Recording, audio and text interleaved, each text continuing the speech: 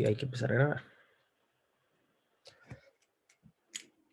Ya, ¿cómo ha estado todo? ¿Cómo estuvo el fin de año, Navidad, viejito Pascuero que trajo regalos? ¿Eh? ¿Todo bien? ¿Cómo estamos de ánimo, chiquillos, chiquillas? Full cálculo. Chuta, ¿cuándo tienen la prueba? Están forrados en prueba ahora, me imagino. Oh, ya la tuvieron. No. Pucha, siempre que pregunto salen de una. Para caer en otra. Oh. Ya, pero ya no queda nada, chiquillos, chiquillas. Sí. Encima, imagínense si igual por ejemplo, el curso de mecánica, imagínense que también yo no he corregido ya ¿cómo se llama esto? Ninguna de estas tutorías, porque en realidad el profe Jorge me manda los instructivos y son bastante sencillos, entonces como que siento que igual estamos más relajados, así como al final. Así que creo que puede ser un buen indicador también para considerarlo para el fin de semestre. A ver, oh, prueba de química y electro. Ya, pero la de electro podemos ayudarnos un poquito más. Ahí puedo ayudarlos un poco. Ya voy a compartir. Miren, yo en la parte de material docente les dejé la guía de trabajo que mandó el profe Jorge, que es esta que estoy mostrándoles ahora.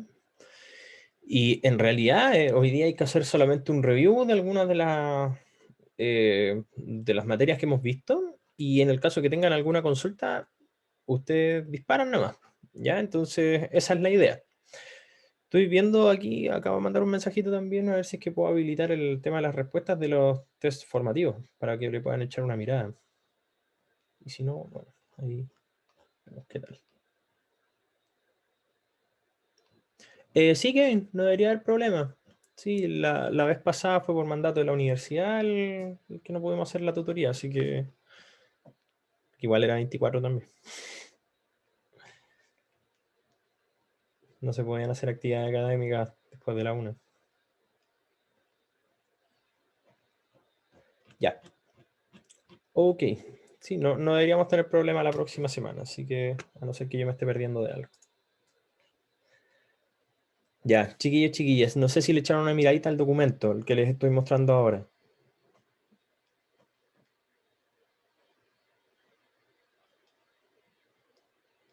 Solamente un poquito de repaso. No sé si le pueden echar una mirada, denme feedback, pues. Que no cacho quién está ahí como atento o atenta al...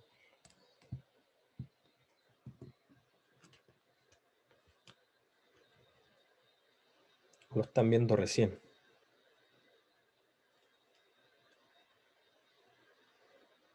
Ah, están viendo. Ya.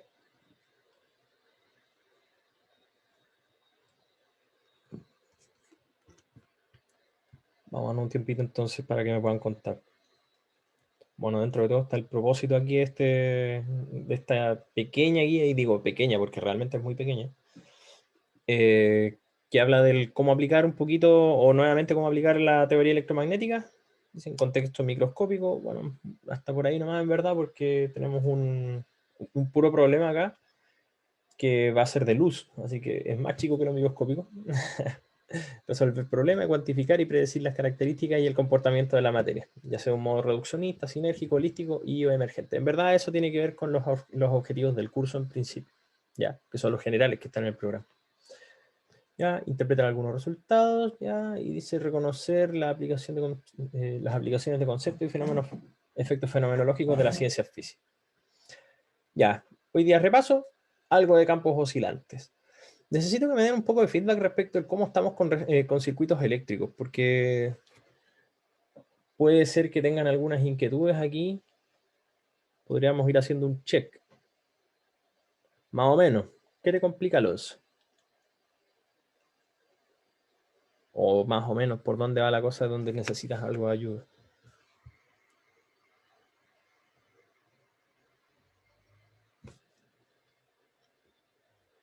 Ah, circuitos bien. Ah, ya. Ok. Circuitos ok. Por ejemplo, voy a ir proponiendo algunas ideas. El hecho de que los circuitos en serie tengan como resistencia equivalente la suma de las resistencias y los de paralelo, que es la suma de los recíprocos de las resistencias. ¿Hasta ahí estamos bien o no?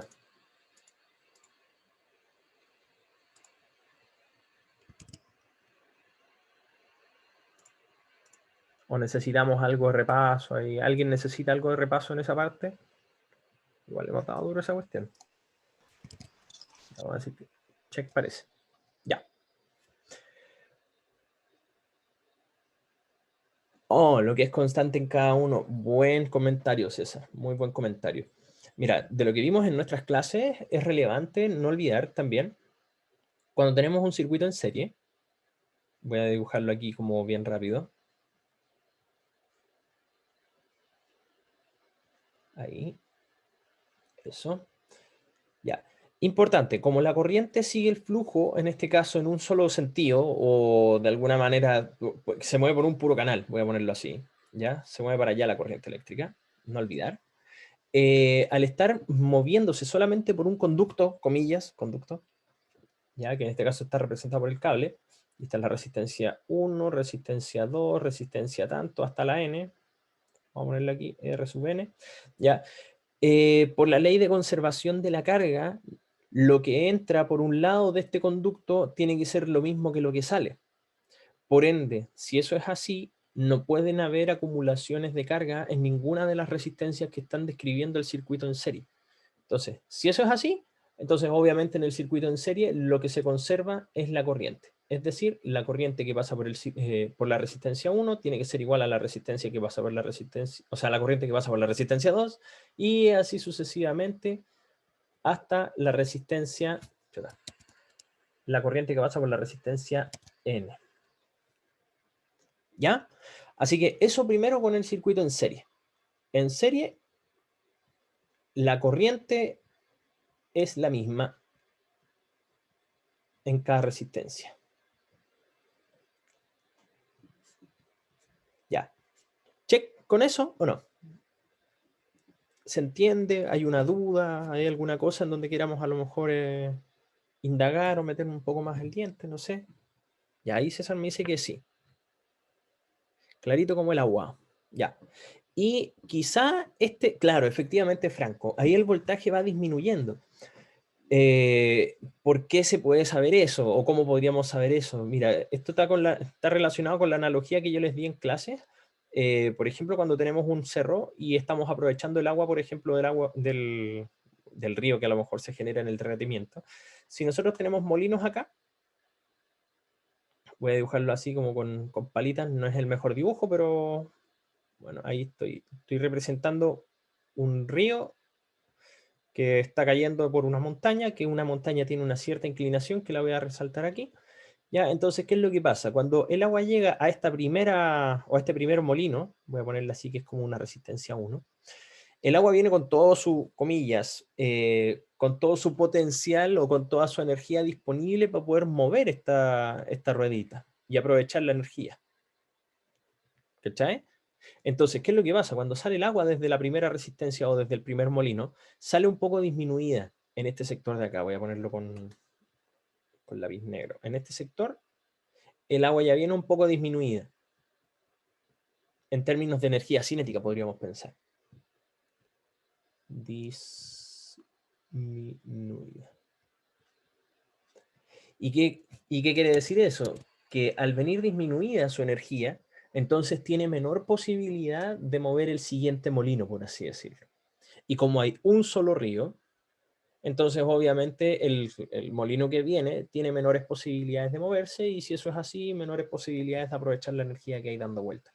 Y eso implica que si estas fuesen, por ejemplo, ampolletas, voy a poner el caso de R sub n, R sub 2, R sub 1 y todas las que estén a lo mejor entre medio, a lo mejor esta ampolleta R sub n estaría más brillante y irían bajando los brillos, por ejemplo, hasta la R sub 1. ¿Cachai? Porque el voltaje va disminuyendo a pesar de que pasa la misma corriente. ¿Cómo se representa esto en el dibujo de los molinos? Bueno, por todos los molinos pasa la misma cantidad de agua. ¿Cachai? Pero el tema está en que el agua que está en la parte más alta trae una mayor energía aprovechable para poder de alguna manera mover el molino. ¿Se entiende mejor, Franco, ahí o no? ¿Sí? Perfecto. Ya, y vamos con el circuito en paralelo, que, bueno, es exactamente la misma analogía, pero tenemos múltiples caminos. Miren, yo sé que la mejor forma de representar un circuito en paralelo es algo así, ¿eh? O lo más clásico. En los circuitos en paralelo no se olviden que aparecen estos conceptos medios extraños que son como nodos, que en verdad no es tan extraño, sino que es donde se pegan los alambres, por así decirlo, ¿ya? Y podríamos tener algo como esto. Así. En esta situación la corriente va allá, y como podemos observar, estas tres resistencias, que las vamos a llamar R1, R2 y Rn, bueno, dependiendo de cuántas hayan entre medio, van a estar conectadas exactamente a la misma diferencia potencial, por así decirlo. ¿Ya? Si se fijan, conectados a esos dos nodos, tenemos exactamente la misma diferencia potencial, que en este caso coincide con la diferencia potencial de la fuente de voltaje, que en este caso es esa cuestión que está aquí. ¿Ya? Obviamente, por esa configuración simple o por el gráfico que estamos haciendo ahora, o por la representación que acabo de poner, nosotros sabemos que en un circuito en serie, el voltaje que pasa por uno, o la diferencia potencial que pasa por uno, es igual a la diferencia potencial que pasa por 2 y por 3 y por la que sea. ¿Ya? Así que eso creo que es más o menos la misma idea anterior, con la única salvedad de que si tuviésemos que hacer como un mono con los molinos, por así decirlo, esto es análogo a tener varios ríos en los cuales podemos aprovecharnos de la pendiente, voy a ponerlo así, del cerro, por caminos separados. Y como ustedes pueden ver, aquí no hay, pensando que esta fuese una resistencia 1, una resistencia 2 y esta una resistencia N, aquí no hay un molino anterior que nos esté quitando energía cinética en el agua para poder, bueno, bajar la posibilidad de aprovechar esa energía. Tenemos todos en los tres molinos la misma pendiente de agua cayendo. ¿Cachai? Entonces, eso justifica el hecho de que tengamos exactamente el mismo voltaje. ¿Se entendió ahí o no? Uy, perdón.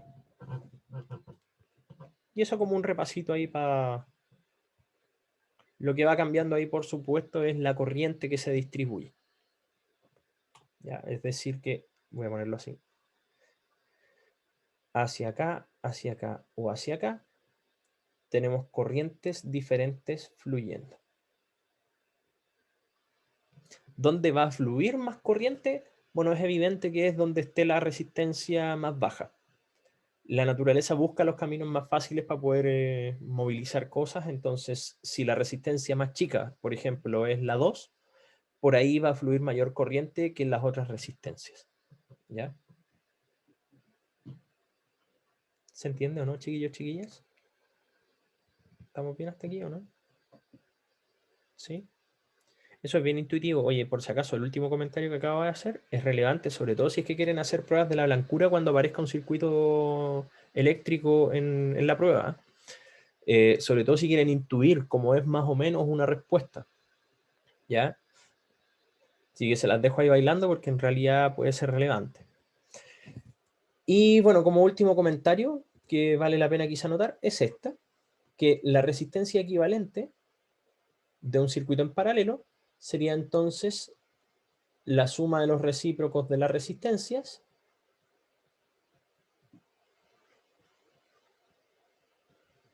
y todo eso elevado a la menos 1, que, bueno, obviamente es lo mismo que decir 1 partido por la resistencia equivalente es igual a la suma de los recíprocos de la resistencia. ¿Ya? Creo que eso es el comentario importante que tenía que darles. Eso y eso hasta aquí. Ya, todo bien hasta aquí parece. Si hay dudas me escriben ahí porque estoy atento al chat. Ok, dice, la corriente. La corriente eléctrica suele ser transmitida por electrones en un metal. Ya, ojo con esto porque igual los electrones son, tienen que estar libres, ¿ya? Son en general electrones de valencia o electrones de las capas exteriores de los átomos, ¿ya? Así que eso es algo relativamente sencillo de ver y también es algo relevante el hecho de que les comente que por ser electrones externos y estar más o menos libres, son electrones que también son más propensos a choques. Entonces, mientras más de estos electrones tú tienes, en general el material también es un buen conductor de electricidad, pero agréguenle propiedades térmicas, que eso es algo relevante para lo que viene después con ustedes, que son los cursos de físico-química. Mientras más electrones de valencia tienen, más probabilidad de choque, y más probabilidad de choque implica más posibilidades de generar calor o de conducir el calor. ¿Ya? En general, un buen conductor eléctrico es un buen conductor térmico también. ¿Ya? Y un segundo comentario dice, la corriente iónica o farádica es transmitida por iones. Bueno, acuérdense que aquí es bastante sencillo pensar que, no sé, en el caso del agua, si nosotros tenemos un ion de sodio o un ion de cloro, dando vueltas por ahí porque le echaron sal al agua, bueno, estas particulitas o estos atomitos que están aquí responden al concepto de iones, ¿ya? Y ellos se pueden movilizar dentro del fluido como para poder generar corrientes iónicas. ¿Ya? Oye, ojo con esto porque no se olviden que las corrientes iónicas, para que existan, como toda corriente, requiere de una diferencia de potencial. Siempre, no se olviden de eso. Yo les hice la analogía en clases que, bueno, si es que ustedes quieren mover una pelotita de arriba abajo, en un cerro, por ejemplo, es primero tener una cierta altura inicial y querer trasladarlo a una altura final, que en este caso sería re fácil porque la pelota cae sola, ¿ya? En el caso de que ustedes quieran movilizar una carga de un lado a otro, tienen que ir de un lugar de gran potencial, voy a ponerlo así, a un lugar de menor potencial, ya que es análogo al tema de las alturas. ¿Vale? No se olviden de eso, porque tienen que haber diferencias de potencial para que exista movimiento de cargas. ¿Hasta ahí se entiende bien?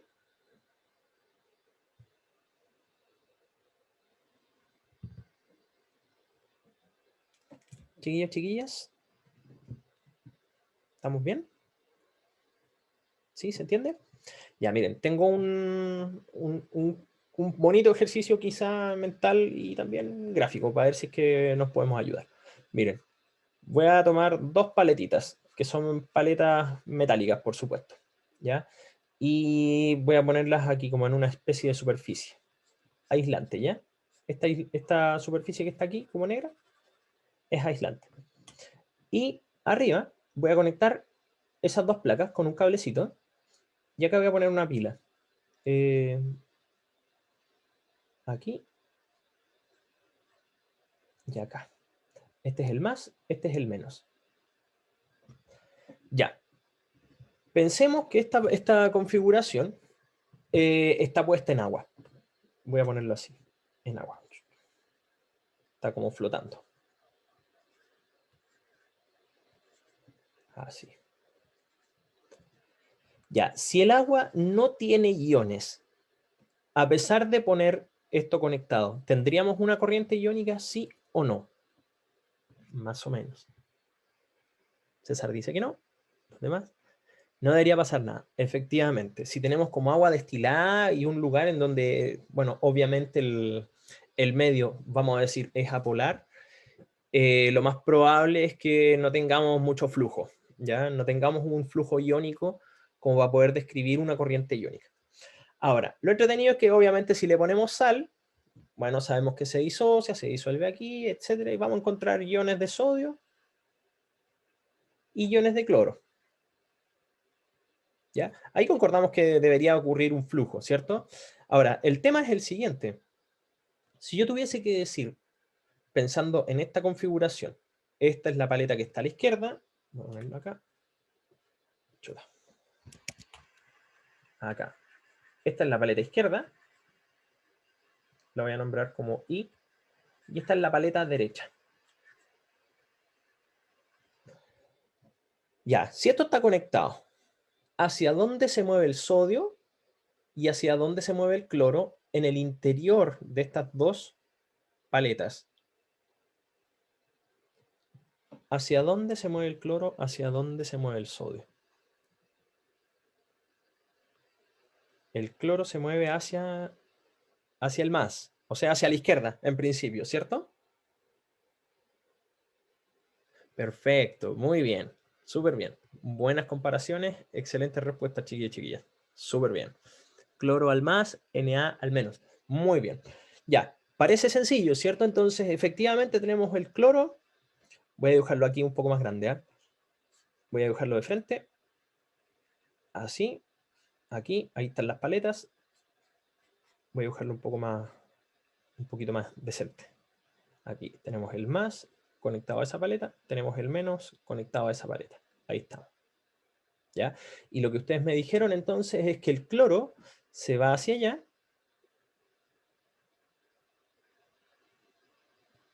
y me dijeron que el sodio se va hacia la derecha. Algo así me dijeron, ¿cierto?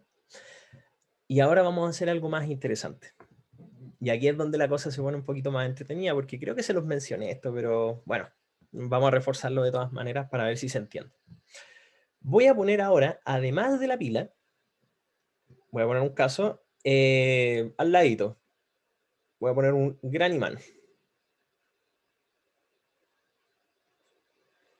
Aquí. Imagínense que está por uno de los lados nomás, ¿ya? Y aquí hay un norte y aquí hay un sur. O mejor, más fácil, lo voy a poner al revés. Sur y un norte. La pregunta, para partir, o bueno, para seguir con esto, en verdad, la segunda pregunta. ¿Hacia dónde apuntan las líneas de campo magnético si yo pongo ese imán así? ¿Hacia arriba o hacia abajo? ¿O se dan vueltas? ¿O ustedes me dicen? ¿Qué se produce ahí? ¿Cómo son las líneas de campo del imán? Es como una dona. Perfecto, Alonso. Ya, en este sector, voy a marcarlo con negro. ¿Hacia dónde apuntan aquí las líneas de campo? En este sector en negro. ¿Hacia arriba, hacia abajo, hacia la izquierda, hacia la derecha? ¿Hacia dónde apuntan? Solo en ese sector, más o menos. En el sector negro. Hacia arriba dice César, hacia abajo dice Franco, hacia el norte, o sea, perdón, hacia el norte dice Franco, hacia abajo dice el Seba, hacia abajo dice Lenny. Ya, aquí hay algo que saber bien, ¿eh? No confundir. Ya, en ese sector donde yo acabo de hacer mi recuadro, acá, las líneas de campo apuntan hacia abajo. No se olviden que las líneas de campo magnético salen del norte. Y como ya más o menos revisamos por las ecuaciones de Maxwell, voy a pensar que lo conocemos aquí. ¿Cómo deberían ser las líneas de campo en ese sector negro que acabo de poner en el recuadro? ¿Hacia abajo, hacia arriba, hacia dónde? Seba dice hacia abajo, los demás, las demás.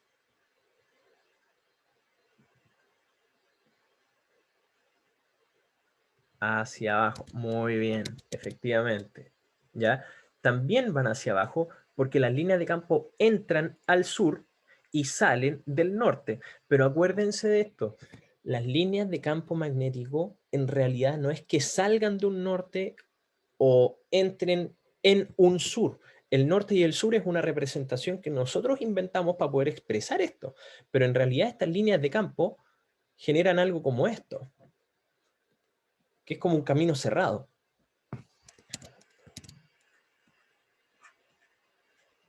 ¿Ya? Todas las líneas de campo magnético son cerradas, todas, ¿ya? Independiente que a lo mejor podamos tomar un vector en un punto, todas las líneas de campo son cerradas, ¿ya? Y ahí coincido con Alonso porque efectivamente Alonso dijo que esto era como una dona. Así. Hasta ahí. ¿Se entiende o no se entiende, chiquillos, chiquillas, este problema? ¿Se entiende el problema de las líneas? ¿Sí, Pi? Perfecto. Y aquí es donde viene una parte súper entretenida. Miren. Voy a borrar estas líneas y me voy a quedar solamente con las que me convienen para poder analizar un poco el problema. Aquí. Fíjense en esto. Y si se recuerdan de la fuerza de Lorentz, esto es súper importante para el tema de la prueba, chiquillos y chiquillas. Súper importante. Esto es clave. Sobre todo este ejemplo que les estoy dando. El cloro recibe una fuerza, o sea, perdón, una línea de campo magnético que va hacia abajo. Pero se está moviendo hacia la izquierda. O sea, su velocidad va hacia la izquierda.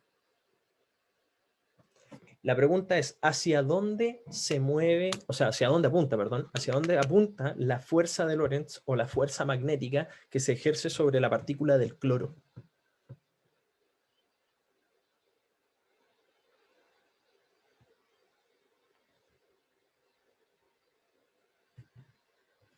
Exactamente, regla de la mano derecha, muy bien. Pero ojo, porque el cloro tiene signo negativo. El cloro está sintiendo por el hecho de moverse hacia la izquierda y tener un campo magnético asociado y además tener una carga, ella sufre una fuerza. ¿Hacia dónde va esa fuerza? Esa es la pregunta. Lenny dice hacia adentro, Franco dice hacia adentro. Estamos preguntando hacia dónde va la fuerza magnética sobre el cloro. Ah, tremendo el Lenny.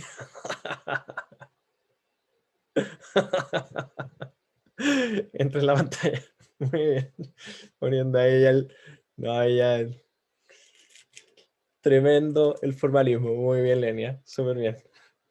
Ya. Oye, no olvidar, los que todavía no están familiarizados con esto. Si la carga es negativa, ocupe la mano izquierda. Yo no sé si es la mano izquierda aquí en la cámara, pero ya. Si la partícula es negativa, mano izquierda. Si la partícula es positiva, mano derecha.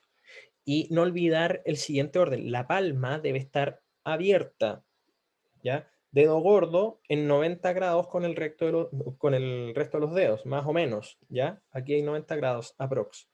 Y la palma está en 90 grados con respecto a esos dos, ¿ya? Hasta aquí, ¿cómo vamos? ¿Bien? Esta es la regla de la mano derecha y la regla de la mano izquierda, dependiendo si es que estamos con cargas positivas o negativas. ¿Bien o no? ¿Sí? Vivi, ahí que tú tenías una duda. ¿Todo bien? Todavía no resuelvo el problema, pero me importa el tema de la mano.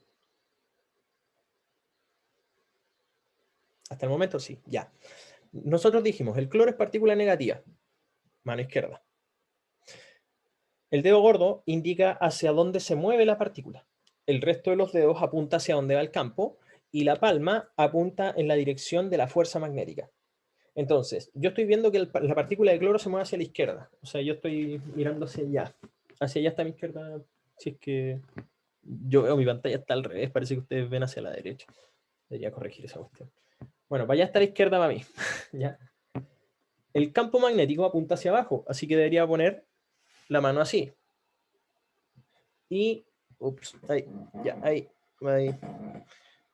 hacia la izquierda, campo hacia abajo, la palma apunta hacia acá, ¿ya? Si yo lo veo como en términos de lo que ustedes están observando en la pantalla, y creo que está al izquierda, aquí estoy para el otro lado, ahí, perdón, ahí sí, el contorsionismo es, ya, ahora sí, de nuevo, perdón, hacia allá a la izquierda, ahí sí, velocidad hacia la izquierda de la partícula de cloro, el campo está apuntando hacia abajo, la palma está apuntando hacia allá, que es como que entra a nuestra pantalla. Ya en este caso, como está entrando para allá nomás, hacia donde está el gorro mexicano ese.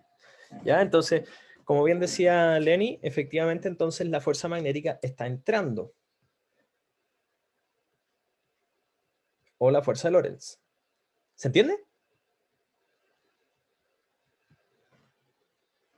¿Sí?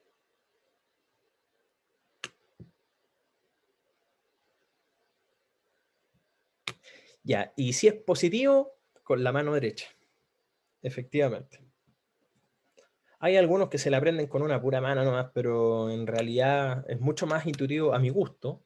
Si partícula es negativa, ya mano izquierda. Si partícula es positiva, mano derecha, sin ir en desmedro de los zurdos, pero creo que por una cuestión de tradiciones puede ser más intuitivo. Ya, y si les pregunto entonces, ¿hacia dónde apunta la fuerza magnética sobre el sodio? ¿Hacia dónde va?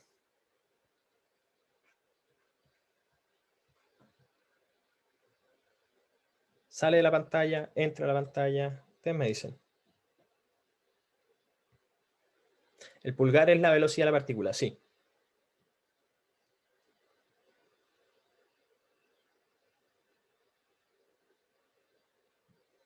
El sodio es positivo.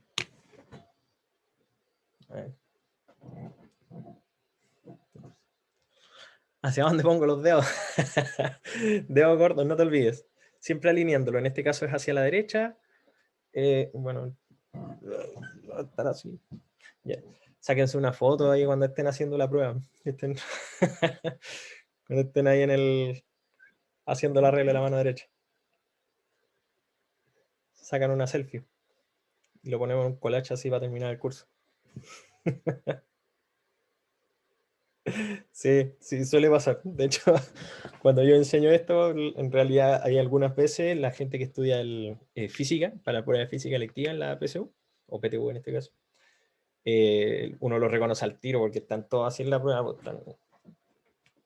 están tratando de ajustar un poco el tema. Es re cómica la cuestión, pero dentro de lo tragicómico, porque depende también de cómo les va a ir, igual es entretenido porque son bien reconocibles estas personas. Ya, entonces, ¿hacia dónde apunta la fuerza?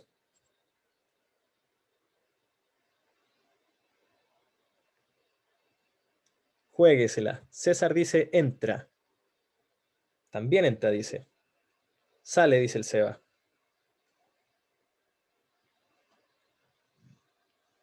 Entra, dice Lenny. Los demás, las demás. Josefa entra. Vivi sale. Franco entra. Tenemos ahí algunas discrepancias. Y que esto implica estudio. ¿Ya? No se olviden de eso. Necesitamos estudio. Si saliera la fuerza se anularía. Podría ser, no sabemos, pero si se anula la fuerza, eso es algo relevante, porque si se está anulando la fuerza, chuta, ¿y a dónde se va entonces la energía que entrega la batería? Eso es algo que uno debe estar pensando, porque la batería está inyectando energía al sistema, no sabemos qué onda. A lo mejor sea por calor, si es que las fuerzas se anulan, no sé. Ya, voy a hacer el ejercicio entonces yo. El sodio va hacia la derecha, así que, y bueno, sabemos que es positivo, así que ocupamos la regla de la mano derecha. Ya, tengo el dedo gordo apuntando hacia la derecha, hacia allá. ¿Ya?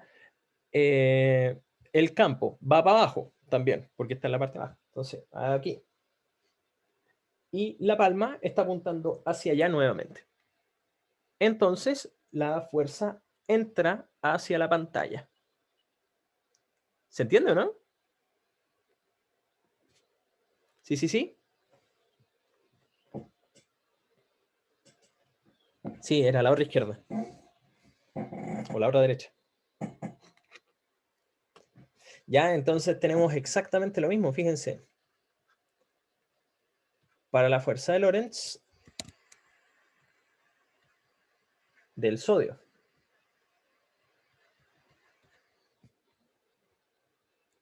El sodio va hacia la derecha, efectivamente.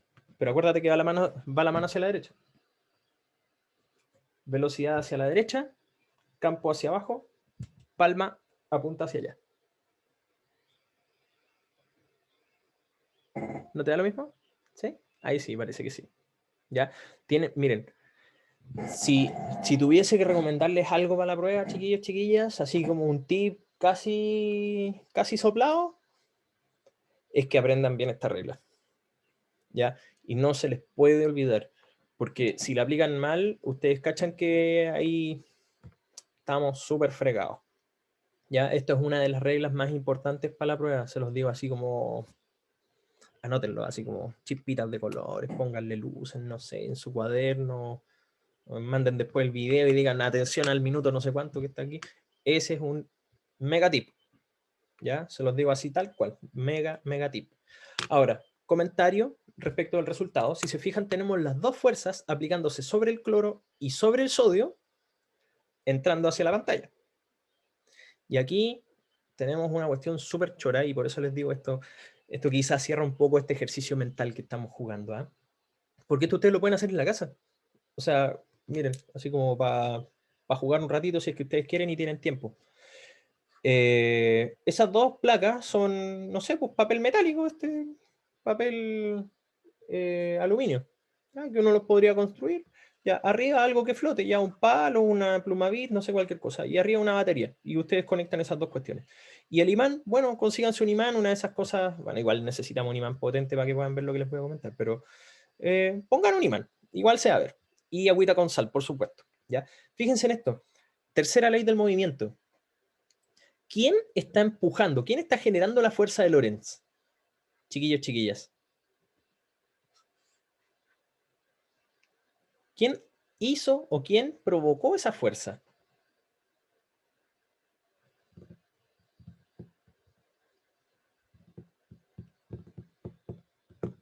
La corriente. Ya, ¿y la corriente de quién?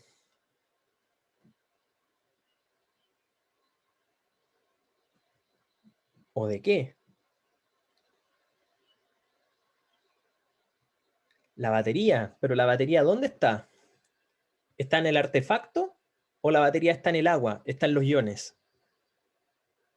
Separemos esto como en dos sistemas. ¿Ya? El artefacto y el agua.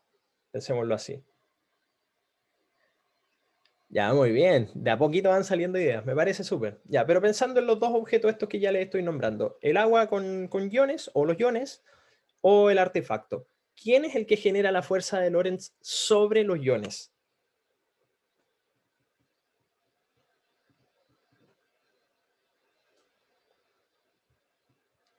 El artefacto. Efectivamente, sea muy bien. Efectivamente.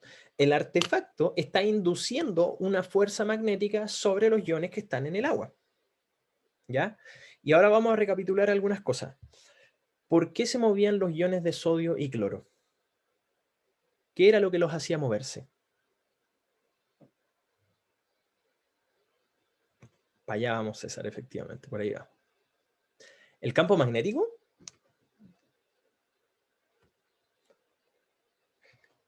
Aquí hay materia olvidada. Fíjense, ¿por qué se mueven los iones de sodio? Muy bien, Lenny, efectivamente, la ley de Coulomb, que de alguna manera uno sabe que cuando se cargaron las placas con una carga positiva y una carga negativa, a causa de la diferencia potencial de la batería, entonces, por así decirlo, una se cargó positiva y la otra se cargó negativa. Y eso hizo que se repelieran las cargas iguales y se atrayeran las cargas distintas. La razón por la que efectivamente estas cosas se mueven es porque hay un campo eléctrico desde un lado hacia el otro. Es un condensador, literalmente, César. Pero lo que estamos recapitulando con esto es que el movimiento de estas cargas o el movimiento de estos iones se debe al campo eléctrico. ¿Se entiende?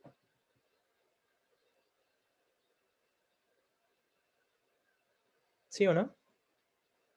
Y aquí tenemos un potencial grande y aquí tenemos un potencial chico. Por ende, las partículas positivas van desde el mayor al menor y las negativas van al revés. ¿Ya? Eso, muy importante. El movimiento fue provocado por el campo eléctrico. Y la fuerza fue provocada por ¿quién?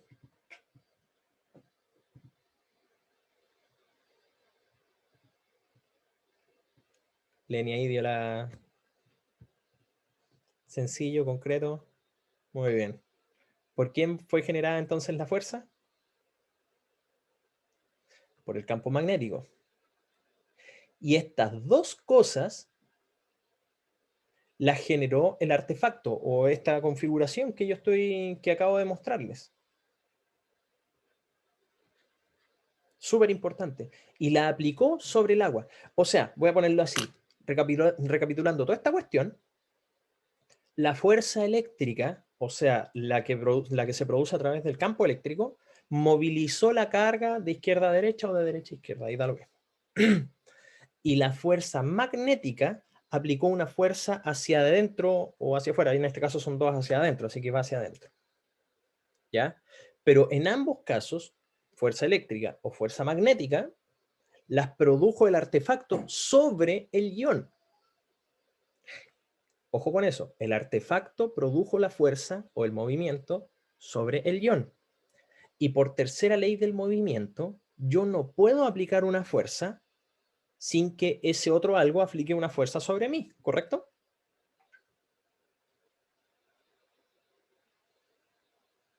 ¿Cierto, chiquillos, chiquillas, o no? Entonces, el artefacto movió los iones.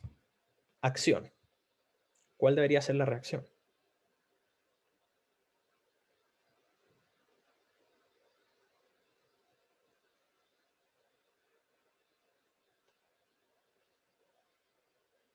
Si el objeto movió los iones y esa es la acción, ¿cuál es la reacción? El artefacto mueve los iones, por ende, ¿cuál es la reacción? O voy a poner una analogía. Ya, yo empujo el aire, esa es la acción, y el aire me va a empujar a mí, que de hecho es la reacción a la resistencia del aire. Yo empujo el aire, acción, reacción, el aire me empuja a mí, acción y reacción. Voy con la misma analogía. Este artefacto empuja los iones. ¿Cuál es la reacción?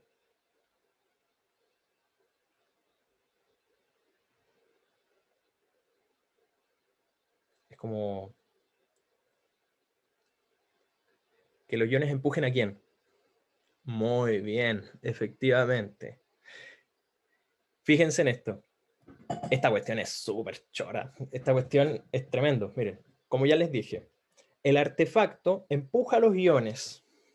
Por ende, los iones empujan el artefacto. Acción y reacción. Esto que yo les acabo de mostrar aquí es famosísimo y de hecho no se usa mucho porque en realidad es una materia difícil de entender. Las fuerzas electromagnéticas son complejas, pero esto es una forma de hacer, que creo que se lo había comentado, pero ya que lo analizamos completito, nos va a servir mucho para el tema de la prueba, si entienden este problema completo. Como este artefacto está empujando iones hacia allá, voy a ponerle así, los iones van a empujar a este artefacto hacia acá. Es decir, esto es una forma de generar un barquito, ¿ya? Que podría funcionar perfectamente en el océano porque es agua salada, ¿ya? Es una forma de tener un motor sin aspas. No necesitan tener aspas para poder movilizarse. Necesitan solamente una pila y un imán. Y el imán lo pueden generar con la misma pila, porque a lo mejor podrían tener un cable enrollado, en vez de poner el imán, lo enrollan y ahí generan el imán. ¿Y no se mueren los peces? De hecho, creo que no, porque como son iones, en realidad lo que así tú es jugar un poquito con las cosas que andan sueltos y que es con algo con lo que viven los peces también. El artefacto es todo el sistema, efectivamente vive. Todo el sistema. ¿Cachai? A esta rama de la física se le llama magnetohidrodinámica, el medio nombre, ¿eh? Pero es precisamente el cómo mover fluidos o cómo se mueven los fluidos utilizando las fuerzas electromagnéticas. Magnéticas principalmente, pero es una cuestión súper entretenida, insisto, esto se inventó hace muchísimos años. Y bueno, ¿dónde se usa? Bueno, más de algunos ha inventado submarinos y cosas por el estilo, porque para poder generar estas corrientes y estos imanes se necesitan grandes energías, pero de que se puede ver, búsquenlo en YouTube, esta cuestión sale. Busquen magnetohidrodinámica y van a encontrar esta cuestión por todos lados. Es una bonita rama y bueno, insisto, es una forma de pensar un poco distinto también, porque uno siempre está acostumbrado a imaginar como las hélices para poder propulsar barcos o aviones o lo que sea. Esto también vale para el aire. El problema está en que el aire tiene muy pocos iones, ¿ya? Pero es interesante, ¿cierto? Entonces, ¿el imán para qué es? ¿Y no se generaría ondas electromagnéticas? Sí, efectivamente, Alonso. Mira, en el caso de que tú cambies la trayectoria del sodio o la trayectoria del cloro, claramente al estar moviendo cargas o cambiándoles la trayectoria o acelerándola, debería aparecer luz por ahí dando vuelta. El problema está en que esa luz probablemente vaya a ser infrarroja. Y eso explica después por qué, por ejemplo, se puede calentar el agua con esto. Porque uno dice, ¿y qué pasa con la energía que se pierde? Bueno, a lo mejor se generó luz infrarroja probablemente, o luz de algún tipo que está calentando el agua. Porque tiene que haber pérdida. Eso lo van a conocer en físico-química. Tiene que haber una pérdida. ¿Cachai? Entonces, eso es súper entretenido. Ahora, ¿y el imán para qué es? Si no hubiese imán, tú no tendrías una fuerza de Lorentz. ¿Cachai? Y si te fijas, el cloro se mueve hacia la izquierda y el sodio se mueve hacia la derecha y cada uno choca con una placa o la otra. Entonces, lo que empujó uno lo desempuja el otro. ¿Cachai? Entonces, ahí no hay movimiento. En cambio, el imán produce una fuerza que entra hacia la pantalla. Exacto, la fuerza perpendicular. Súper bien, Alonso. Impecable. ¿Cachai? Oh.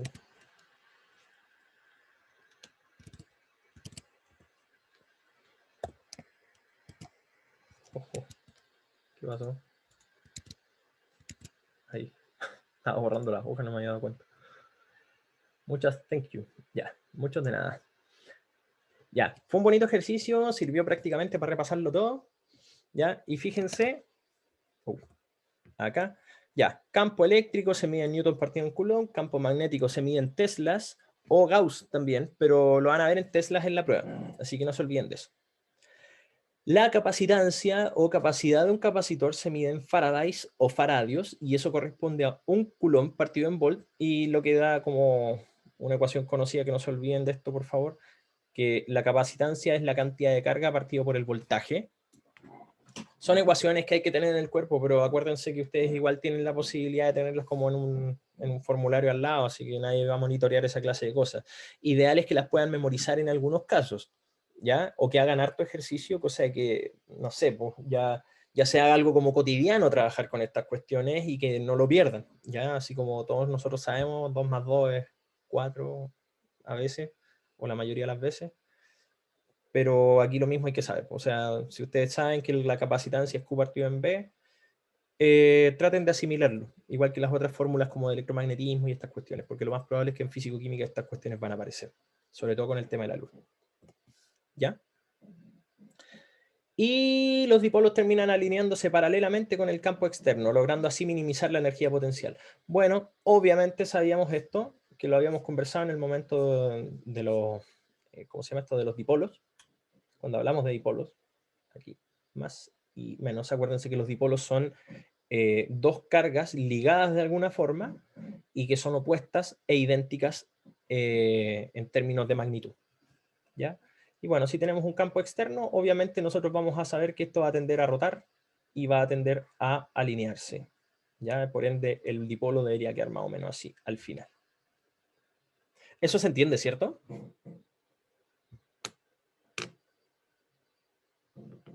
¿Sí? Chiquillos, chiquillas, ahí, ¿todo bien? ¿Con el problema del dipolo? ¿Sí? Bueno, ojo, en términos como prácticos también, esto es, pucha, yo sé que les soplo muchas cuestiones entre medio que a lo mejor, miren, más de alguna vez no van a entrar en la prueba formalmente, pero cuando ustedes se dediquen a esta cuestión bueno, me imagino que se van a interesar por el tema de la química fuerte, ¿cachai? Tienen que pensar que si el dipolo estaba alineado de esta forma al principio, para poder llegar a eso, el dipolo tuvo que haber pasado probablemente, porque aquí no hay roce, estamos hablando a nivel atómico, tiene que haber pasado por un montón de procesos en los cuales esta cuestión como que osciló, porque en el momento en que se estaba alineando, hay inercia, porque estas cuestiones son masas que están rotando. Entonces se debe haber pasado un poco y después se devuelve. Y así sucesivamente, muchas veces, hasta que probablemente algo pasa que se equilibra. ¿Se entiende lo que acabo de decir o no, chiquillos, chiquillas? ¿Sí o no? ¿Se entiende lo que acabo de expresar? Así como en un diagrama. Ya, lo que estoy aquí explicando, César, es que cuando tú tenías un dipolo metido en un campo eléctrico, el dipolo, al ser dos masitas, que voy a poner en este caso la masa positiva y la masa negativa, que son iguales en carga, ¿ya? Podrían ser distintas en masa, pero son iguales en carga. Entonces, se van a tratar de alinear con el campo eléctrico, como vemos en este caso, en el caso de más abajo. Pero para poder llegar a ese caso, el dipolo debe haber generado una especie de bamboleo, ¿cachai? Porque ya pongamos que está así y se alinea. Ya, pero al alinearse ya llevaba un movimiento. Y si se acuerdan de mecánica, ahí aparece el concepto de inercia o momento de inercia también. Entonces, como que pasa de largo. Pues, si aquí, cuando estamos hablando a nivel subatómico o atómico, no hay roce. Pues. El roce no tiene sentido en estas partes, por así decirlo, a este tamaño. Entonces, este dipolo va a pasar de largo. Y después dice, chuta, el campo está para el otro lado. Ya, devolvámonos. Y se tiende a alinear otra vez, pero nuevamente el mismo efecto, pasa de largo, y así sucesivamente, como que esto empieza a vibrar o a oscilar, hasta que ya después encuentra como una especie de equilibrio. ¿Se entiende? Y ahí queda como alineado. ¿Sí? ¿Sí? Ya. Y este es el comentario clave que les puedo dar. En ese proceso, donde esta cuestión está como oscilando, así como que se hace esto, fíjense que ahí tenemos aceleración de cargas, sí o sí. O sea, una carga positiva va para allá, se frena y más encima está cambiando de dirección. Por ende, si se están acelerando las cargas, un dipolo al alinearse, ¿qué además de eso emite? ¿O qué está emitiendo en el momento en que está vibrando?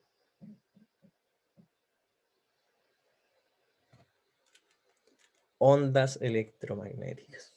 Efectivamente. Y eso explica el problema del que cómo se alinea si no hay roce, pues.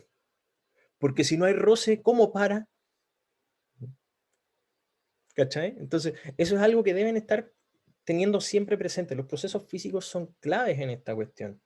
La única forma de que un dipolo, por ejemplo, se pueda alinear con un campo magnético, o sea, con un campo eléctrico, perdón, es que pierda energía. Y eso hace que de alguna manera en cada oscilación se vuelva un poquito más lento el proceso hasta que quede alineado.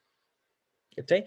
Pero la única forma de perder energía no es por roce, es porque por cada vez que esta cuestión como que se devuelve o cambia de sentido, aparece un fotón por acá dando vuelta y es lo que le quita energía. Y eso hace que se vaya deteniendo. Fuerte, ¿eh? ¿Cierto? ¿O no? ¿Cachan? ¿Se entiende o no? Chiquillos, chiquillas. Yo sé que rayo la papa con esa cuestión, pero... ¿Y esa energía dónde va? Pucha, qué buena pregunta. Mira, esto es... Pucha, ya se está acabando el curso, así que le estoy poniendo un poco más de emotividad a todo esto. Pero, ¿qué es lo que pasa aquí? Mira, ese fotón va para otro lado, a lo mejor a estimular otro proceso, ¿cachai? Que puede chocar con otro, muy bien, que puede caer en otro dipolo y a lo mejor está haciendo que se mueva, ¿cachai? O está simplemente siendo absorbido por un átomo, haciendo que a lo mejor se infle su orbital y el electrón se vaya a la parte de afuera, o lo que sea, ¿cachai? Porque esto voy a ponerlo así, es un mecanismo de muchas cosas. Y cuando ustedes, por ejemplo, les dicen, ya, pero es que el ATP se consume para poder generar el proceso biológico y no sé qué, ya, pero el ATP es una molécula, el adenosintrifosfato, que sabemos que cuando se usa sale volando un fosfato, ¿cachai? Entonces, al salir volando un fosfato se puede encontrar con uno de estos fotones y a lo mejor cambiar de dirección, ¿cachai? Y asociarse al, ¿cómo se llama esto? El ADP, ¿cachai? Y esto es lo que echa a andar las células, ¿cachai? Entonces, echa a andar todos los procesos biológicos, echa a andar todo el engranaje de la naturaleza, ¿cachai? Entonces, estoy hablando de puros dipolos, pero acuérdense que, miren, escucha, yo insisto, estoy poniéndole énfasis a esto porque estamos haciendo un repaso, ¿cachai? Entonces, si yo tuviese una molécula, que esto puede ser perfectamente una proteína, por ejemplo, cuando yo se los comenté en clases, cómo le hacen las proteínas para poder cachar cómo ensamblarse con ciertos elementos. Porque a nosotros no. Esta es la proteína del colegio, po. Y ahí está el neurotransmisor. ¿Ya? Así que para poder ponerle un poquito más de seriedad a todo esto, en realidad lo que está pasando, voy a ocupar la molécula de agua aquí, tenemos nuestro, aquí, hidrógeno, oxígeno, hidrógeno acá. Nosotros sabemos que este sector, voy a ponerlo con rojo, está un poquito más positivo que este sector de acá que está un poquito más negativo. ¿Cachai? Entonces, ¿qué es lo que va a pasar? Nosotros sabemos que el campo generado por esta, que podría ser la proteína, está yendo hacia allá. Y esto podría ser como un dipolo, en donde tenemos un más y un menos aquí, que están ligadas. Y esto busca alinearse. Entonces, la molécula de agua va a quedar ensamblada así, con el hidrógeno acá y el oxígeno acá. O sea, una proteína o una enzima o lo que ustedes quieran considerar, para poder ensamblarse necesita de fuerzas magnéticas y fuerzas eléctricas, porque el dipolo reorienta las cosas. ¿Cachai? Entonces una proteína que tiene una cierta estructura va a ensamblarse con otro elemento que coincida eléctricamente o electromagnéticamente en términos de su estructura. ¿Se entiende, cierto? ¿O no, chiquillos, chiquillas? Esta es la parte bonita de toda esta cuestión, pues insisto, o sea, entender cómo funciona esto va más allá de la simplificación del Pac-Man que suelen hacernos en el colegio. Entonces, ahora nos metemos un poquito más de lleno, un poco más profundo en el área. Entonces, cuando ustedes se dediquen, cuando estén más grandes en esta cuestión y vayan a hacer investigación, la idea es que lo puedan imaginar. Si lo pueden imaginar, entonces pueden trabajarlo. ¿Ya? Ya, creo que me quedo conforme con eso, ¿cierto? Ya, oye, esto yo le di, pero duro en la clase, y no estoy seguro si ustedes vieron el video de las ecuaciones de Maxwell, pero si quieren se los puedo compartir. Pero la clase de ecuaciones de Maxwell le dimos, pero duro esta cuestión. No sé si hay alguna inquietud o alguna duda con esto. Esta parte es súper conceptual. Mira, yo te lo recomiendo, Alonso, por una cuestión no de estudiar el dipolo, ¿cachai? Te lo recomiendo más por el cómo entender los procesos que están asociados a los dipolos y que tienen que ver con procesos físicos, o sea, eléctricos y magnéticos, ¿cachai? Más allá de la fórmula. Tenéis que entender cómo trabaja. Lo que yo te acabo de mencionar ahora, del cómo gira esta cuestión, del cómo lo podéis imaginar, eso es mucho más relevante que la fórmula en sí. ¿Cachai? Ya, ¿dudas o consultas respecto a las ecuaciones de Maxwell, chiquillos, chiquillas? O no saben qué preguntar porque no las entienden. Eso también es relevante. ¿No has visto el video? Ya, ¿se los comparto o no? Por cualquier cosita para que lo dejen ahí como un torpeo. No, no hay que hacer cálculos con las ecuaciones de Maxwell, César. Ya, voy a buscar aquí el video. ¿Ya? Oye, yo realmente lo vi con lujo y detalle y expliqué prácticamente todas las cuestiones. Onda, ¿qué es el nabla? ¿Qué es bueno, la derivada, cómo se entiende? ¿Qué es ese signo menos? El tema del J-tongo y todas esas cosas raras que están ahí, que en realidad no son tan raras, pero uno tiene que verlo al ritmo que corresponde, porque las ecuaciones de Maxwell son complicadas. ¿Qué significa el triángulo invertido? Ese es el símbolo nabla.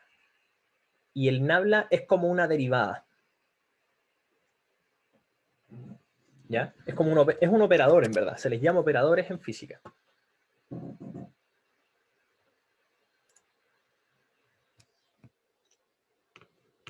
a cerrar esta parte de acá.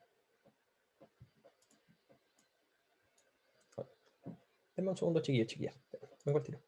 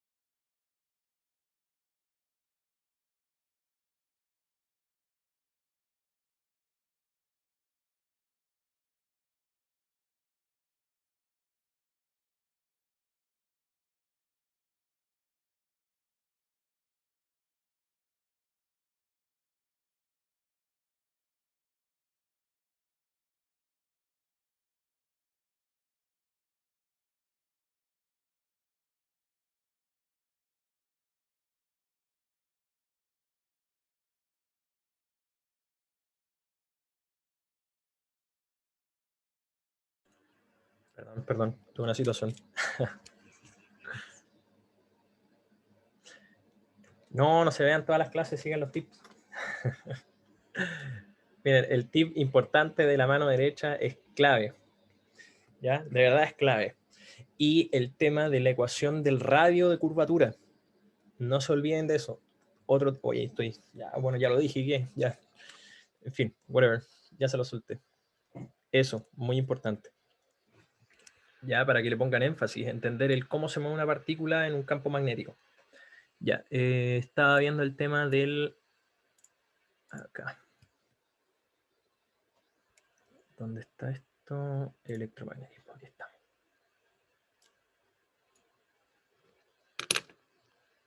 Sí, porque puede ser que no... Ecuaciones de Maxwell, aquí está.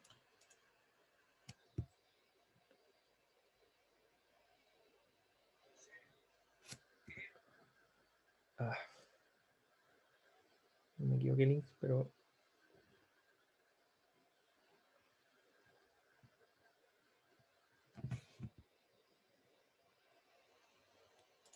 Al tiro, al tiro, al tiro. Aquí está. Perdón. Que hice un clic mal.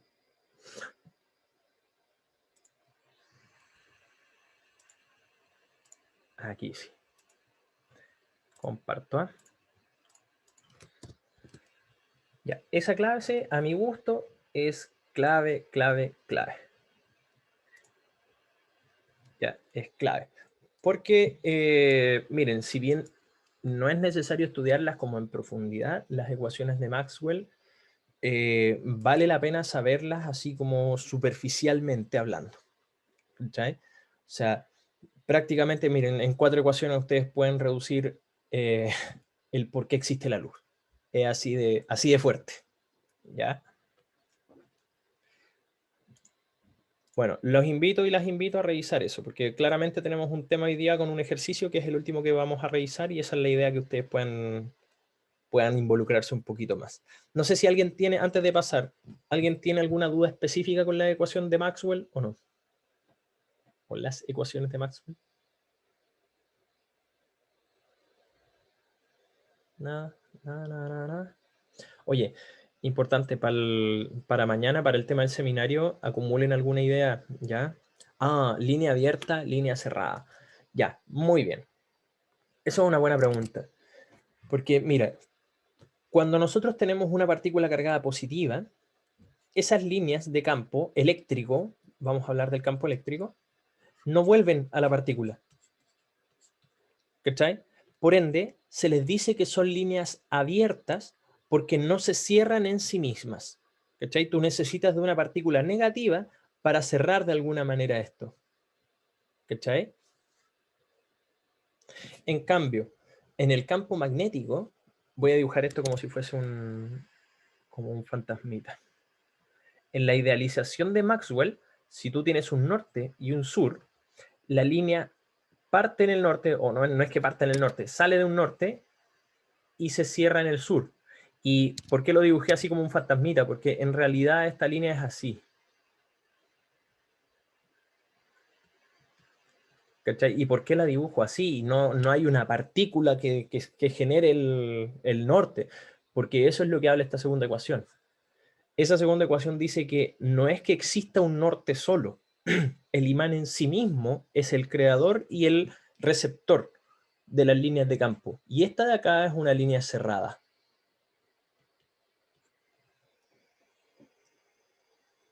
¿Se entiende ahí mejor, César, o no? Todas las líneas de campo magnético son cerradas, todas, ¿ya? Sin excepción, todas. Y si encuentran una abierta, avisen al tiro porque hay un Nobel a punto de descubrirse. ¿Qué pasa con los campos si dos imanes se juntan? Ya, depende del cómo se junten. Pero cuando tú tienes, por ejemplo, un imán así, un norte y un sur, que se acopla, que han pegado el norte y el sur, lo que ocurre ahí es que se transforma todo esto en un puro imán y esto termina siendo un puro imán así. Y las líneas de campo se acoplan. El campo, o sea, el campo magnético será uniforme en toda la superficie.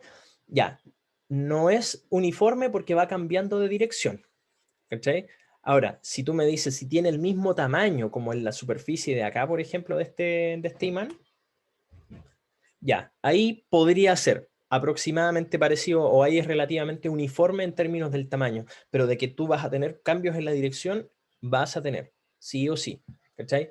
De hecho, la conclusión final es que debe ser todo lo contrario, porque en realidad, como el campo magnético o las líneas de campo magnético son todas cerradas, para poder cerrarse necesitáis cambiar de dirección o modificar el espacio, pero eso no va a pasar. Al cambiar de dirección, entonces está cambiando el campo. Y si cambia el campo, entonces no puede ser uniforme. ¿Se entiende?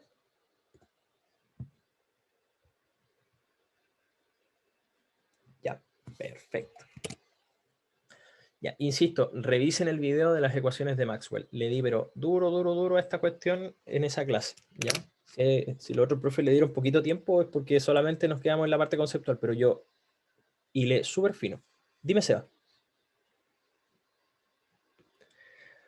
Mira, hasta donde tengo entendido, no. Porque creo que hay una previa al examen, pero creo que no. Creo que no. Mañana voy a saber con certeza porque mañana recibo las instrucciones del profe Jorge. Para la otra hacemos convivencia. Bueno, si ustedes quieren compartir conmigo de otra manera en ese aspecto, no hay problema. Yo feliz. Encima ha sido un año loco, así que supongo que lo merece.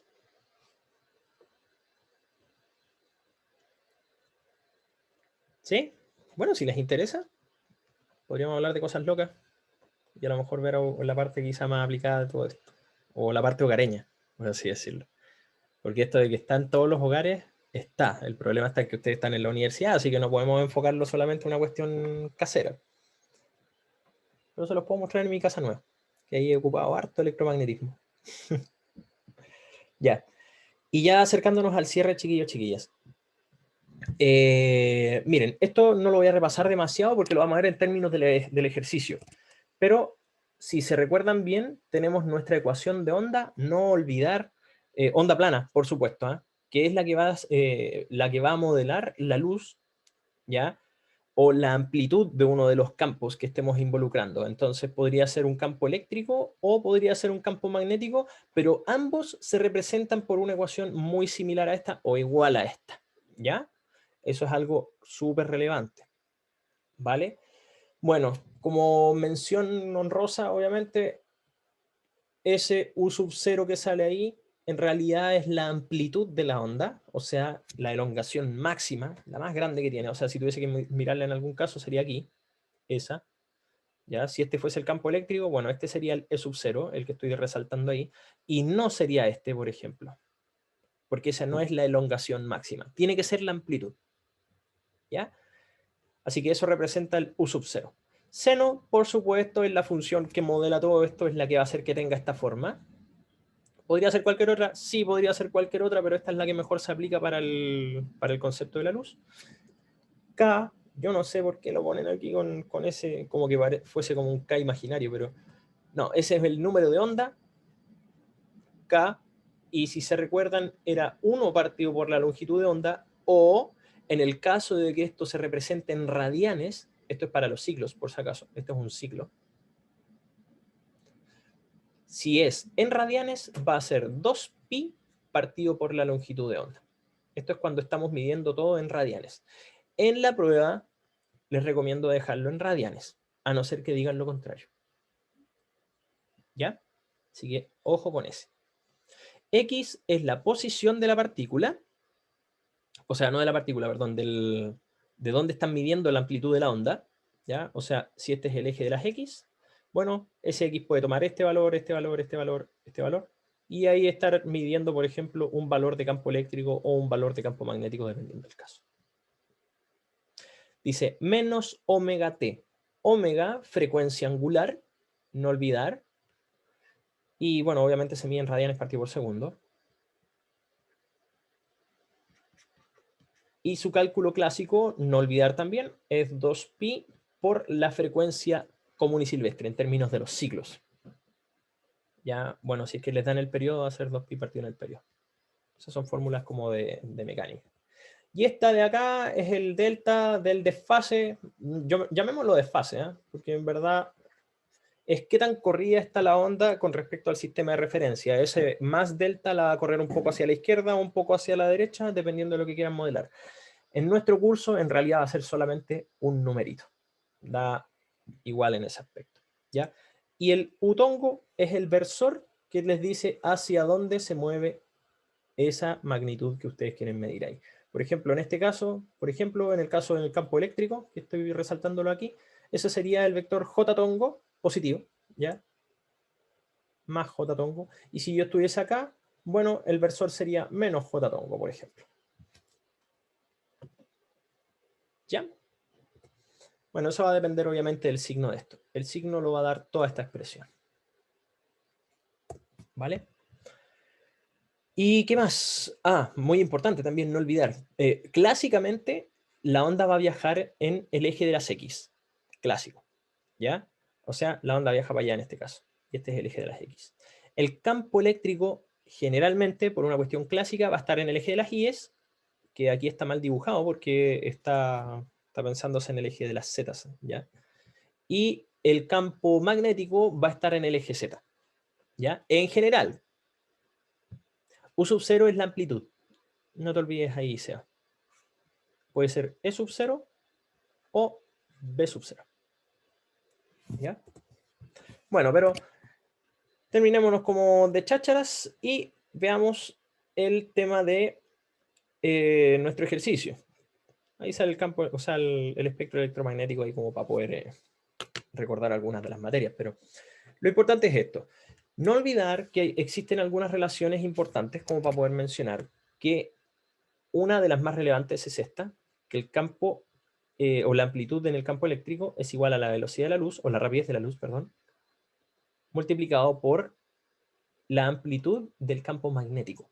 O sea, el máximo del campo eléctrico dividido en el campo magnético máximo les va a dar la rapidez de la luz. Eso es una ecuación clásica. Otra ecuación clásica es que la rapidez de una onda es lambda por su frecuencia, o lambda nu también le llaman. Otra ecuación clave. Otra ecuación clave también es que la energía de un fotón o la energía de una onda de luz es la constante de Planck por su frecuencia, o nu también, que también le dicen a la frecuencia le dicen nu. Alonso dice, en teoría sería la misma función para las dos, pero cambian. Efectivamente, Alonso, es exactamente la misma ecuación, lo único que cambian son los numeritos de amplitud, porque todo lo que está dentro del seno es lo mismo. ¿Ya? Bueno, creo que tenemos eso. ¿Qué más? Bueno, ya les comenté esto, el número de onda, como para dejarlo en el torpedo, por así decirlo, 1 partido por longitud de onda, o 2pi partido por la longitud de onda. ¿Qué más? Omega. 2pi por la frecuencia. ¿Y qué más se me va quedando en el tintero? Creo que eso es todo. No nos queda más. ¿Ya? Bueno, dice, una onda electromagnética que viaja en el agua la velocidad de la luz no es la misma que en el vacío, así que no es 3 por 10 a la 8. Ojo que C en el vacío, esto no debería haber sido llamado C, pero bueno, C es 3 por 10 a la 8 metros partido por segundo. Eso es en el vacío. Si es cualquier otro medio, la luz tiene una velocidad diferente, menor en general. ¿Ya? Dice, tiene estas características. Lambda es 3 por 10 a la menos 7 metros. Delta, el desfase, es menos 0,47. C tongo, o sea, hacia dónde se mueve este rayo de luz, está en el eje Z. Así que eso es importante. En realidad ahora entonces esta onda como que se mueve para arriba. Algo así. El campo, o sea, la amplitud del campo eléctrico es 7.5 newton partido en coulomb, y el campo o el versor del campo magnético es paralelo a este vector. Aquí podemos sacar algo fácil, porque el versor del campo magnético, o sea, B tongo, va a ser paralelo a ese vector que está aquí, pero ese vector no está normalizado, así que hay que normalizar este vector. ¿Ya? Y si se recuerdan cómo normalizarlo, es como dividir cada componente por el tamaño del vector. O sea, el tamaño de ese vector, voy a ponerlo así, el tamaño del vector 2,3,0 debería ser la raíz cuadrada de 2 al cuadrado más 3 al cuadrado más 0 al cuadrado. que eso es más o menos la raíz de 9 más 4 son 13. Es la raíz de 13. Es decir, B va a ser, voy a ponerlo un poco más grande, 2 partido en raíz de 13, 3 partido en raíz de 13, 0, porque 0 partido en raíz de 13 es 0. ¿Se entiende eso último que acabo de poner? Porque ahí sabemos al tiro el versor del campo magnético. ¿Se entendió? ¿Sí? Hoy era uno de los ejercicios, o sea, uno de los problemas. Oh, ya, bueno, en fin, ahí está. Era ese. Y efectivamente lo calculé. Ya, bueno, ahí ya salió. Y eso da eso. Bueno, salió gratis el tercero.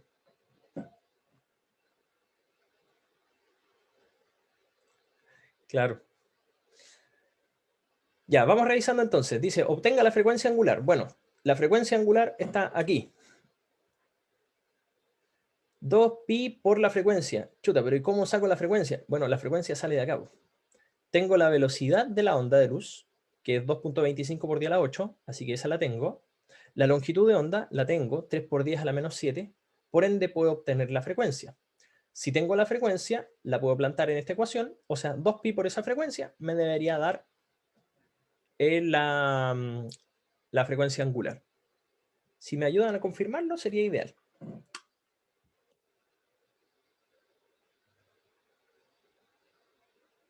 Confirmado, dice Lenny, perfecto.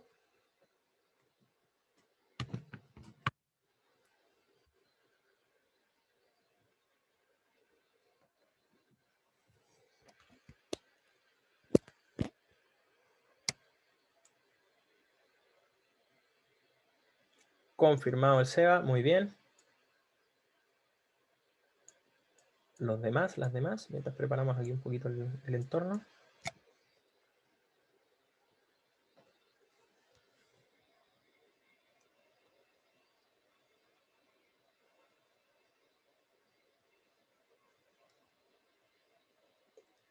Vivi también confirmado. Ya tenemos 3 check, así que supongo que es positivo. A mí también me dio, ¿eh? Lo confirmo, me dio igual. Ya, dice la expresión de la fase. La fase, no se olviden que es esta parte de acá. Cuando nosotros tenemos, voy a pensar en el campo, ¿eh? Ya, imaginemos que tenemos una ecuación que modele el campo eléctrico. Sería E sub C por el seno de lo que hay dentro, que en este caso era K por X menos omega T más delta. Chuta. Delta. Todo este pedazo de acá recibe el nombre de fase. ¿Ya? Así que si nosotros la modelamos, tenemos el vector K. Chuta, nos falta el K. El K debería ser 2pi partido por lambda. Confírmenme que K debería ser entonces ese valor. Voy a hacerlo junto con ustedes también. 2 por 3.14 dividido en 3 por 10 a la menos 7.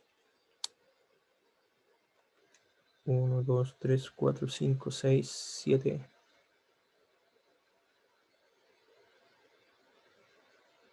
Me dio a las 7, ¿eh? ¿Está bien? 1, 2, 3, 4, 5, 6, 7. Medio. 2.09. Ese valor medio. Confirmado, confirmado. Ya. Le ponen Z porque este valor de acá es en donde se está moviendo la onda. Y como sabemos, y lo mencionan aquí, esta onda se mueve en el eje de las zetas. Por ende, se le pone Z como un valor referencial. Así que check con eso. Falta omega t, o bueno, omega en verdad. Omega es 2pi por la frecuencia, pero la frecuencia la habíamos obtenido acá. Y eso estaba aquí. Entonces 4.71 y sabemos que eso va con signo menos, así que es menos 4.71 por 10 a la 15. Así que check. ¿Estaría mal colocarla acá? No, no es equivocado, pero decláralo por si acaso. Porque en el caso de que se revise, por ejemplo, un desarrollo, por último le ponía ahí una mosquita, acá se considera el eje Z, no sé, una cosa por el estilo, porque, pucha, yo suelo revisarlo, pero yo sé que no siempre es así, porque no a muchas personas les interesa meterse como en la cabeza de la otra persona, pero si tú entiendes que eso es el eje Z y no es muy tradicional, mejor declarar. ¿Ya? Y bueno, lo último es el delta. El delta es menos 0,47, así que ya está más que cocinado. Entonces ahí tenemos nuestra fase, que es todo ese término de ahí, y ahí está armadito. Check. ¿Cierto? El tercero ya había dado, así que el 1, el 2 y el 3 creo que los podemos confirmar, ¿cierto? Confírmenme, chiquillos, chiquillas. ¿Sí? ¿Sí, Pi? Ya, confirmado. Ya, este puede ser un poco más vago, pero esta ecuación les puede ayudar harto, ¿ah? O sea, esta va a salir probablemente. Yo les recomendaría aprendérsela de memoria, porque si no manejan tanto los productos cruz y toda esa cuestión, les recomiendo aprenderse esta de memoria, ¿ya? Y otra cosa importante, E cruz B es C. Eso también es importante. Ahí, ¿ya? Déjenlo ahí como en su almanaque mental. Entonces, el versor del campo eléctrico se puede obtener haciendo producto cruz entre el campo o el versor del campo y el versor hacia donde se mueve, en este caso, la onda. Es decir, Etongo debería ser IJK. El vector B, Betongo, que era este, 0,55, 0,83, 0. Y Cetongo. Cetongo es el vector K, tongo, así que es 0,0,1.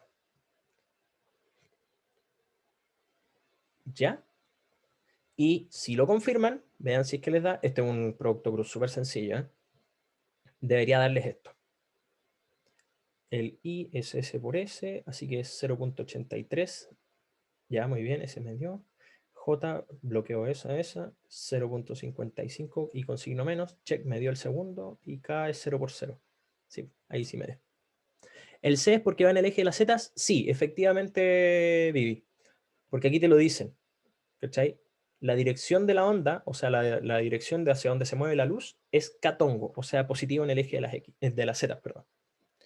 Uno podría obtener B como C cruz E. Buena pregunta. Sí, sí, Josef. Efectivamente.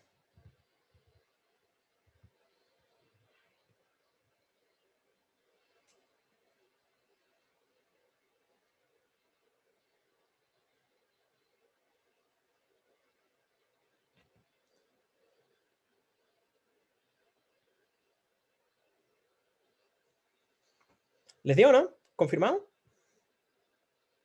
Yo lo saqué así como a la rapidita y me dio. Así que creo que puedo decir check. ¿Confirman? ¿Sí? Confirmado. Y el último sale regalado, en verdad, porque como bien saben, o como bien podríamos saber, el único término que nos falta, porque ya tenemos toda la fase, pues fíjense, el coseno, cuando dicen expresión del campo magnético cosinusoidal, es cuando simplemente le ponen un coseno en vez de un seno, ¿ya? Pero la fase se mantiene, es exactamente la misma, si se fijan está aquí. Esta es la fase. Coseno de la fase por el versor, que en este caso es del campo magnético, así que este es Betongo, que era el que estaba en la parte C. Lo único que nos falta por entender es este término de acá. ¿De dónde salió? Ese 3,33 por 10 a la menos 8. Ese viene de aquí. Tenemos la velocidad de la luz en ese medio, 2,25 por 10 a la 8, y además tenemos el campo magnético máximo, o sea, el campo eléctrico máximo, que es 7,5. Entonces, 7,5 dividido por ese C debería darles B, que es 3,33 por 10 a la menos 8. Si me confirman, entonces estamos check y con esto ya nos podemos preparar para el seminario de mañana. ¿Confirmado? ¿Con qué se representa el versor del campo magnético? Solamente con eso, con el betongo, que es el que te había obtenido aquí en la parte C. Acuérdate que el versor del campo magnético era paralelo a este vector y este vector solamente lo que hicimos fue normalizarlo.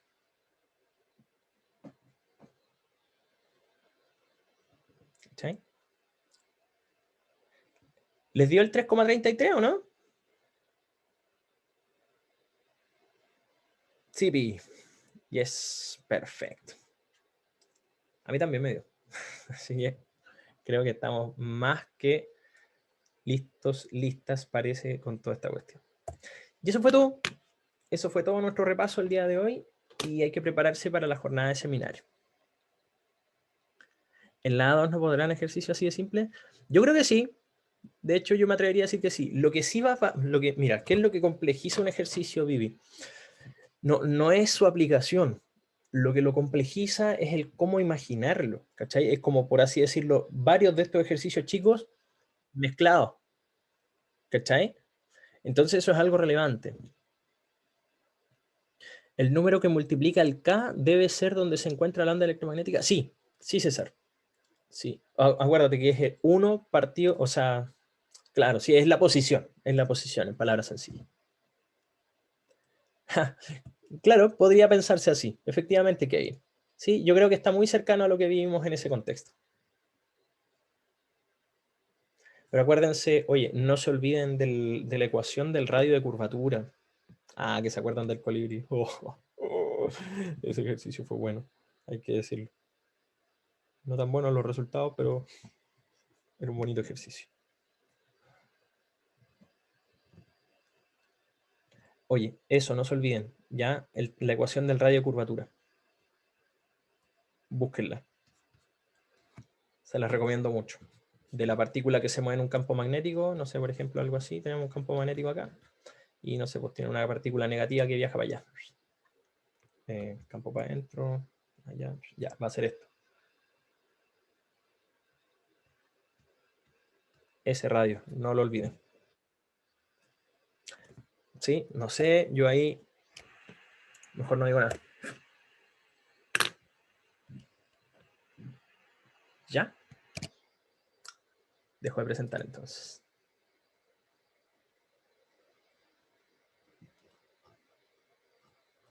¿Ya? Estamos entonces, pues chiquillos, chiquillas. Creo que ha sido suficientes. Voy a dejar de grabar. El radio de curvatura de una partícula que se mueve en un campo magnético.